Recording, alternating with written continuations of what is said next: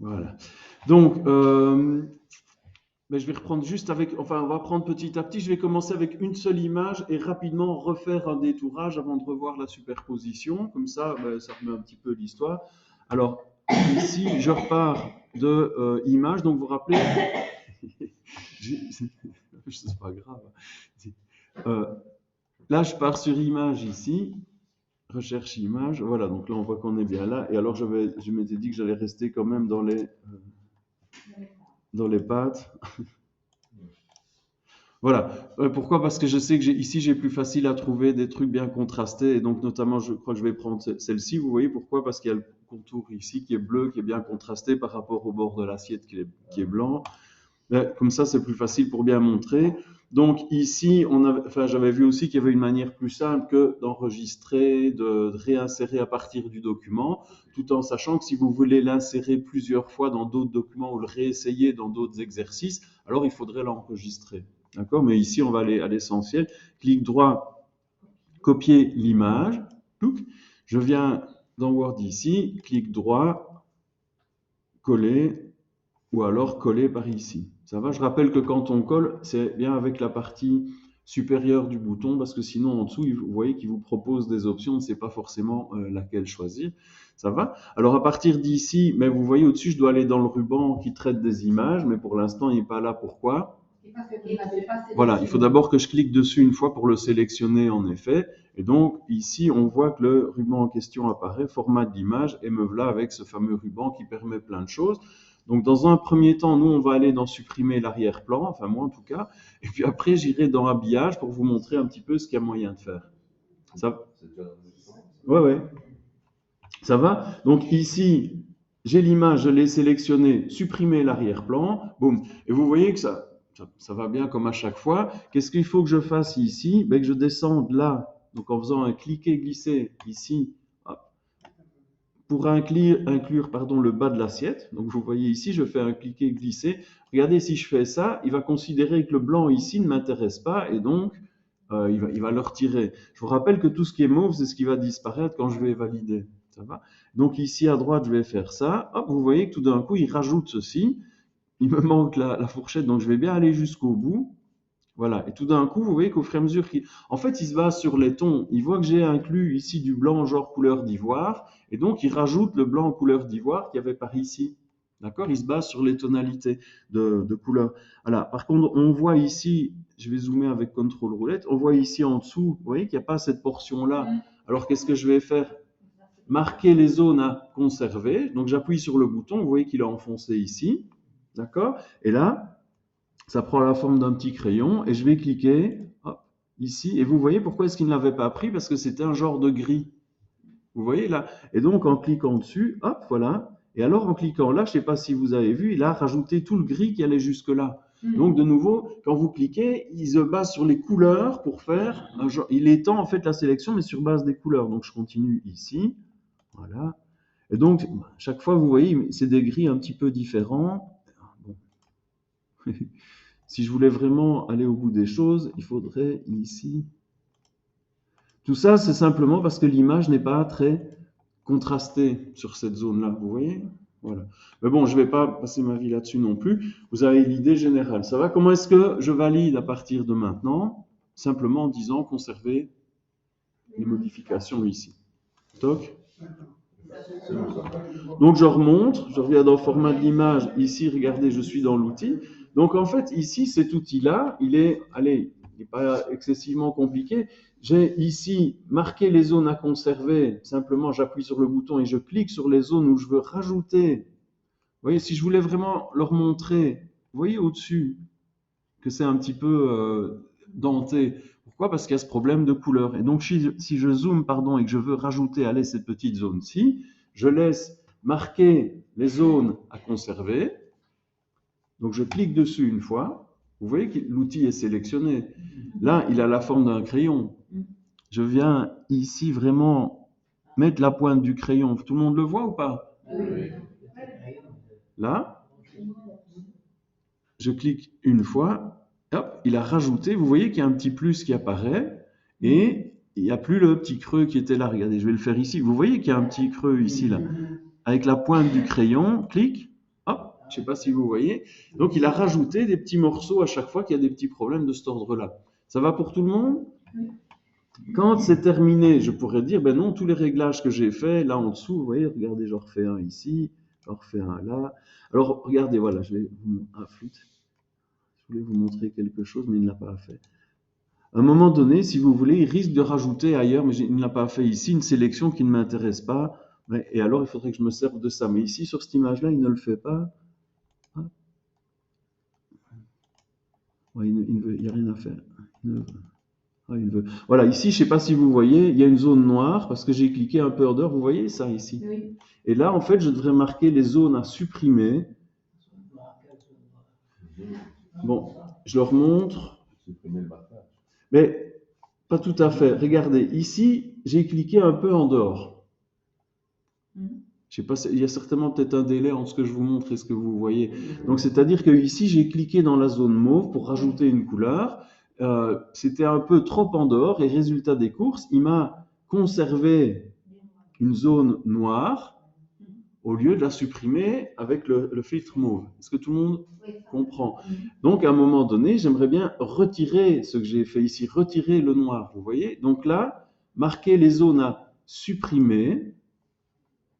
Et hop, ici, voilà, je ne sais pas si vous voyez, il a soustrait le noir. Bon, voilà, il y en a, ben, voilà, donc, il y en a même plusieurs, hein, en fait, ici. Voilà, donc c'est pour vous montrer, en fait, qu'en jonglant avec ces deux outils-là, mais en général, on met plutôt cet outil-ci, ça va? Et si à un moment donné, j'annulais tout ce que je fais, c'est ça, en fait, supprimer les zones de marquage. Regardez, ici, là, j'ai mis le troisième outil, et là, je viens, ouais, je vais attendre un peu, hop, hop. J'enlève, vous voyez les petits plus et les petits moins, c'est les endroits où j'ai rajouté ou supprimé des couleurs. Donc avec cet outil-là, je supprime tous ces petits plus et ces petits moins qui montrent ce que j'ai rajouté ou enlevé par rapport au morceau d'origine. Ça va? C'est vraiment ça, les trois outils ici, c'est pour rajouter des couleurs, enlever des couleurs ou supprimer mon opération d'ajout ou de suppression de couleurs. Je ne sais pas si c'est un peu plus clair.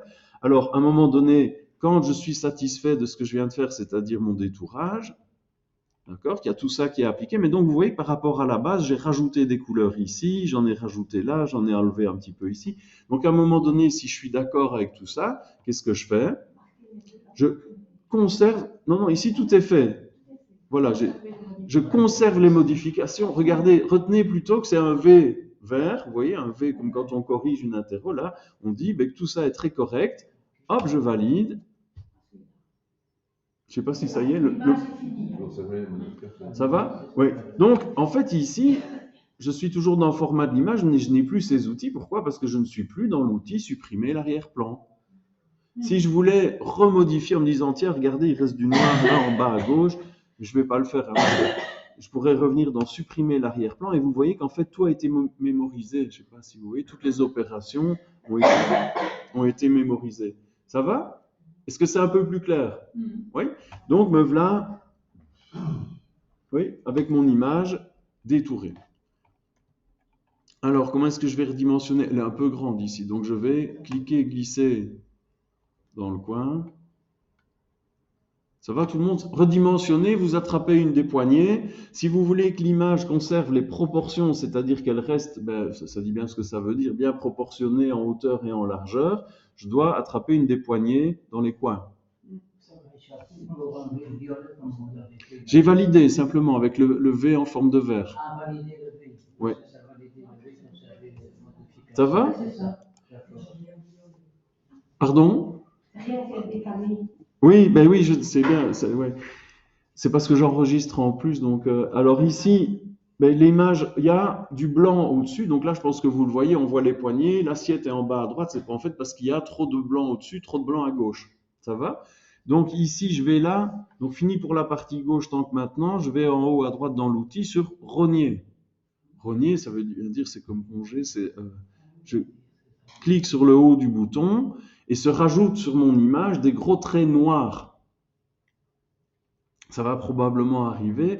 Et donc, sur les contours de l'image, à la place des poignets, il y a des gros traits noirs de ce genre-ci. Je suppose que là, entre le temps que je parle, ils sont arrivés, oui? Oui.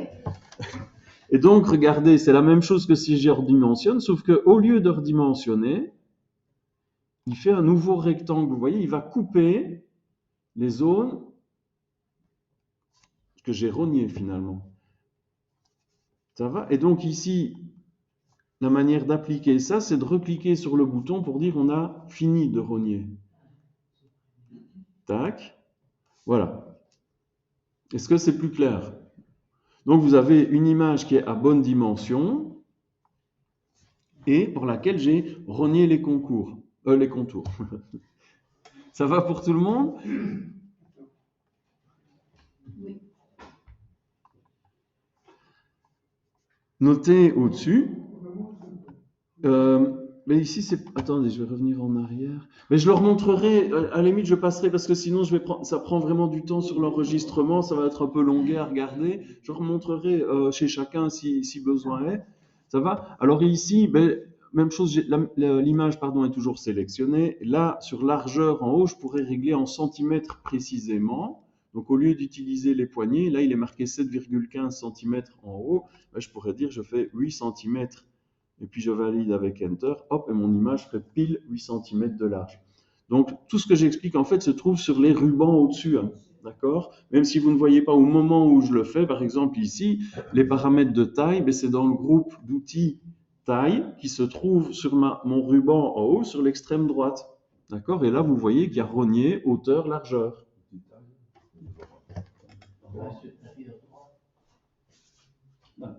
Donc en fait, c'est le groupe taille, et là, il y a les outils hauteur, largeur, rogné. Ça va? Donc souvent, c'est une manière de décrire où on est. Donc, allez, ça c'est c'est pas un rappel, mais c'est plus facile de s'y retrouver. Ici, je suis dans quel ruban? Format de l'image. Combien est-ce que j'ai de groupes d'outils?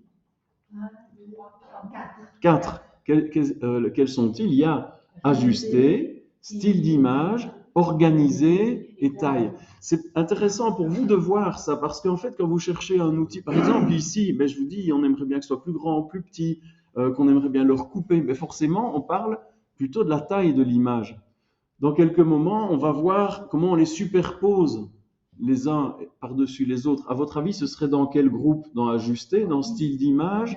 C'est dans organiser, vous comprenez? C'est plutôt en parlant d'organiser des images. Et donc là, vous verrez que dans organiser, on a position, habillage, aligné, etc. D'accord? Est-ce que ça va pour cette partie-là? Donc vous voyez entre-temps que je l'ai bien réglé la largeur à 8 cm en allant dans outils l'image, format de l'image, taille, largeur. Ça va? Donc quand je vais vous dire des trucs comme ça, c'est toujours le ruban, le groupe et l'outil que j'utilise dans le groupe. Ça va? Ok. Donc, l'image, elle est bonne. Alors, comment est-ce qu'elle se comporte pour l'instant? Donc, vous voyez, qu'est-ce que j'ai fait? J'ai cliqué en dehors de l'image. Donc, j'ai cliqué tout près du petit P, là, tout près de la petite marque de paragraphe, pour bien vous montrer. Donc, en fait, en cliquant là, vous voyez que le ruban image a disparu. Donc, je reviens dans le ruban accueil. Et dans la partie paragraphe, je vais vérifier que ça se comporte bien comme du texte. Pourquoi? Parce que je vais centrer, aller à droite, aller à gauche, recentrer. Donc, en fait, on voit que mon image, regardez, d'ailleurs, si je la sélectionne, elle se sélectionne comme un caractère. Regardez, je pourrais mettre, imaginons, je me mets là, oui, on ne voit pas forcément très bien, mais le point d'insertion clignote là. Avec la flèche de gauche, je peux aller faire clignoter à gauche de l'image. Et là, je peux mettre écrire. Vous voyez, donc j'ai écrit une, espace, et qu'est-ce que j'ai? Une image.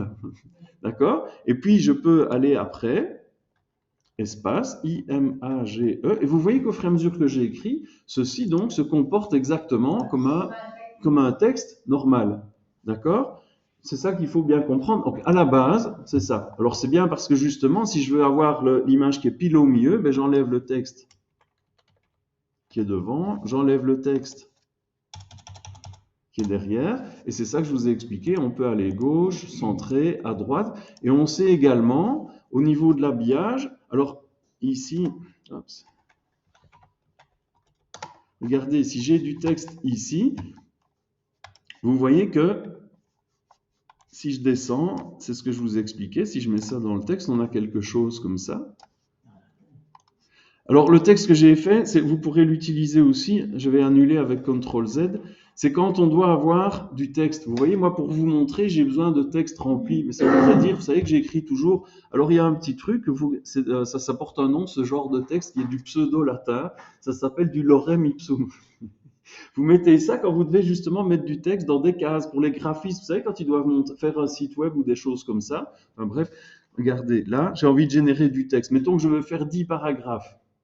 J'écris égal, L-O-R-E-M, c'est pas important ça, mais c'est pour, hop, 10, je fais Enter et boum, j'ai 10 paragraphes. Ça va? Donc ça va être pratique pour... Moi, ça me sert d'avoir ça en chinois. C'est pas en chinois, mais parce qu'en fait, parce que sinon sinon il faudrait aller chercher où est-ce qu'il irait chercher du texte libre de droit avec, il faudrait aller faire des copier-coller à partir de pages internet et des choses comme ça. C'est juste pour faire du remplissage en fait. Donc quelqu'un qui va, enfin voilà, ici d'ailleurs c'est parce que je vais vous montrer l'habillage. Si je vous montre que je vais sur, sur Wikipédia sélectionner du texte, le copier, revenir ici, je vous embrouille, vous voyez. Ici, grâce à ça, au lieu d'écrire du texte à la main, mais j'ai directement quelque chose comme ça. Alors, ce que je voulais vous montrer, c'est ça. Regardez, je me mets devant le texte justement ici. J'écris égal ici, voilà. J'ai du texte au-dessus, en dessous. Notez, ici, je vais tout sélectionner. J'aligne à gauche. Ça va comme on l'a vu. Ça, on a vu en paragraphe. Donc, c'est de nouveau pour vous montrer que ceci se comporte. Regardez, le paragraphe précédent se termine là. Le paragraphe suivant est ici. Et ça, c'est mon paragraphe image, entre guillemets. Pourquoi est-ce que je vous montre ça? Parce qu'on a vu ça. Mais surtout, hop là, on a vu ça. Mais regardez, dans mise en page, je peux régler l'espacement avant, l'espacement après. Vous aviez ça quand on a fait les recettes, vous voyez? Donc, la mauvaise méthode, c'est de faire... Oui, ça va. Donc, c'est justement pour bien vous remontrer ceci. Si ceci doit s'intégrer dans du texte. Donc, vous voyez, on va voir que c'est un peu plus subtil que ça, mais la manière la plus simple, c'est de faire ce que je viens de vous dire et de le traiter comme un paragraphe normal. Ça va? Donc, y compris alignement, espacement avant, espacement après. Est-ce que c'est plus ou moins clair? J'espère, parce que donc ça, c'est plus ou moins ce qu'on avait fait. Maintenant, nous voilà partis pour l'habillage. Donc l'habillage, c'est justement la manière de faire se comporter un objet graphique par rapport au texte. D'accord? Donc, en fait, c'est comment le texte va habiller l'image. C'est ça que ça veut dire. Alors, on peut dire, est-ce que ça va? Pour l'instant, l'habillage, c'est que, en fait, le texte s'habille de quelle manière? Ben, il habille l'image comme si l'image était du texte. Ça va? Maintenant, dans le format de l'image, où est-ce que je trouve les paramètres d'habillage? Dans Organiser. Et vous voyez qu'ici, j'ai position, habillage, volet sélection, aligné, etc., etc. Donc, nous, on parle bien d'habillage ici. Ça va? Je clique sur le bouton et j'ai toute une série de choix possibles. Pour l'instant, c'est le premier qui est actif, c'est aligner sur le texte. D'accord? Alors, je n'ai pas besoin de faire un choix définitif ici. Je peux survoler les différentes options et ça va directement vous donner un aperçu avant que je ne valide. C'est ce qu'on avait eu. On se dit, comment est-ce qu'on valide? En fait, regardez, là, je vais mettre sur encadrer. D'accord? Je descends, hop, je fais encadrer. Regardez, j'ai cliqué sur rien, mais vous voyez déjà ce que ça donnerait si je cliquais dessus. Est-ce que c'est clair? Donc, sans cliquer, regardez, je descends sur adapter. Je ne sais pas si vous voyez. Donc, vous verrez tout de suite la différence entre les deux. Regardez, encadrer, ça forme un cadre autour du texte, un carré. Si je descends sur adapter, ça s'adapte à la forme de l'assiette qui est ovale. Si je mets au travers, alors, il faudrait que je regarde. En fait, au travers, je l'oublie. Enfin, je ne sais plus. Honnêtement, il y a une différence entre les deux, mais je ne sais plus laquelle. Il faudrait que je regarde. Je crois que ça a un rapport avec les lignes, mais je regarderai après. Honnêtement, entre au travers et adapter, il y a une histoire de ligne qui est reportée ou pas, je crois, mais je ne sais plus. Franchement, haut et bas, voilà. Ça ressemble à ce qu'on avait tout à l'heure, mais ceci ne se comporte pas, donc je l'ai validé, hein, ceci ne se comporte pas à ce moment-là comme un paragraphe. Je ne sais pas si vous voyez, comme un texte. Je peux mettre gauche-droite. Vous voyez, c'est libre quand même, il y a une encre qui apparaît là, c'est devenu un objet que je peux cliquer, glisser et déplacer. Tout à l'heure, rappelez-vous, c'était une lettre que je pouvais... Regardez, si je viens ici, je ne peux pas faire aligner à gauche. C'est plus du texte, c'est devenu une vignette, c'est devenu un calque qui se comporte par rapport au texte. Donc ça, c'est quand on l'habille. En fait, on l'a chaque fois habillé, mais on l'habille de manière différente. La première, c'est aligné d'une manière très particulière où il se comporte comme un caractère de texte, avec tout ce qu'on a appris à ce niveau-là. Toutes les autres, c'est des habillages et ils se transforment et ils se comportent comme du graphique, comme une vignette transparente, enfin comme une vignette. À partir de là, regardez ici, je peux déplacer. Là, qu'est-ce que j'ai pris comme habillage? Encadré. OK? Adapté, ben, je vous avais vu, c'est vraiment contourné. De quoi? Oui, ben, oui, c'est ça, tout dépend un peu de ce qu'on veut faire. Ben, enfin, voilà, oui, en effet. Habillage ici, au travers, je regarderai, je vous dirai quoi, quelle est la différence exactement. Haut et bas, ben, c'est toujours sous la forme d'un objet graphique, mais ça se comporte. On peut glisser un peu à gauche, un peu à droite, etc. Alors attention, donc les suivants, on les utilise souvent derrière le texte, c'est ceci. Pourquoi est-ce qu'on s'en sert souvent? Pour faire des filigranes. Vous voyez ce que je veux dire? Filigrane, c'est quand vous avez quelque chose de très léger au niveau des couleurs. Donc il y a une manière, si vous voulez, de colorer ceci pour que ce soit vraiment comme passer à l'eau. Et alors on le met à l'arrière d'un texte et ça fait un filigrane. On pourra faire ça après. Mais ici, je passe tout en revue là. Et devant le texte, là, ben regardez, l'assiette est vraiment comme si elle était posée. Voilà, c'est ça. Et donc là, elle cache le texte. Donc c'est assez. Enfin non, on utilise parfois ça dans des cas particuliers, mais voilà. Pardon. Mais en fait, ça s'utilise, par exemple, regardez, pour que vous voyez. Là, mon premier paragraphe, il est là au-dessus. Pour ce paragraphe-là, regardez, je vais mettre quelque chose comme ça. Vous voyez, donc je change le retrait gauche. On avait fait ça du paragraphe pour avoir quelque chose comme ça. Et j'aimerais bien mettre mon image ici. Mais si je commence à chipoter avec un autre habillage, ça va vite poser, oui, ça va vite poser des problèmes. Tandis que si je mets devant le texte, j'ai une zone blanche, vous voyez là, je sais la glisser dessus sans me casser la tête. D'accord? C'est dans ce genre de cas-là qu'on utilise devant le texte. Alors tout simplement, vous voyez, quand je survole un truc ici, en cliquant dessus, je valide. Donc par exemple ici, je clique sur devant le texte et j'ai validé, et donc là, je peux faire ceci. Est-ce que c'est plus clair? Oui? Peut-être vous laissez reprendre ça en main tel quel, puisque ça fait beaucoup de petits détails. Et alors, je vais essayer de retrouver pour arrêter l'enregistrement. Ouais,